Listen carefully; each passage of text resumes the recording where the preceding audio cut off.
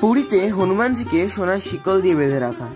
হ্যাঁ, আজ থেকে অনেক বছর আগে যখন পুরীতে জগন্নাথ দেব প্রতিষ্ঠা হন, তখন সমুদ্রদেব রোজ জগন্নাথ দেবকে দর্শন করতে আসতেন, যার ফলে পুরো পুরী নগরী ডুবে যেত। আর এই ঘটনা বারবার হতে লাগলো। যাতে এই ঘটনা বারবার না হয়, এই কারণে জগন্নাথ দেব হনুমানজিকে সমুদ্রদেবকে পাহারা দিতে বলে। সমুদ্রদেব শান্ত হয়ে গিয়ে হনুমানজিকে বলে যে, তুমি যতক্ষণ এই স্থানে থাকবে আমি কোথাও বেরোবো না। একদিন কি হলো, মন্দিরে রামভোজন হচ্ছিল। হনুমানজি রামভোজন শোনার জন্য ছুটে মন্দিরে চলে যান, আর যথাযথ সমুদ্রদেব ও নিজের প্রভুকে দর্শন করতে চান, আর পুরী নগরী আবার ডুবে যায়। এরপর জগন্নাথ দেব নিজে শিকল দিয়ে হনুমানজিকে বেঁধে রাখে নিজের কর্তব্য পালন করার জন্য।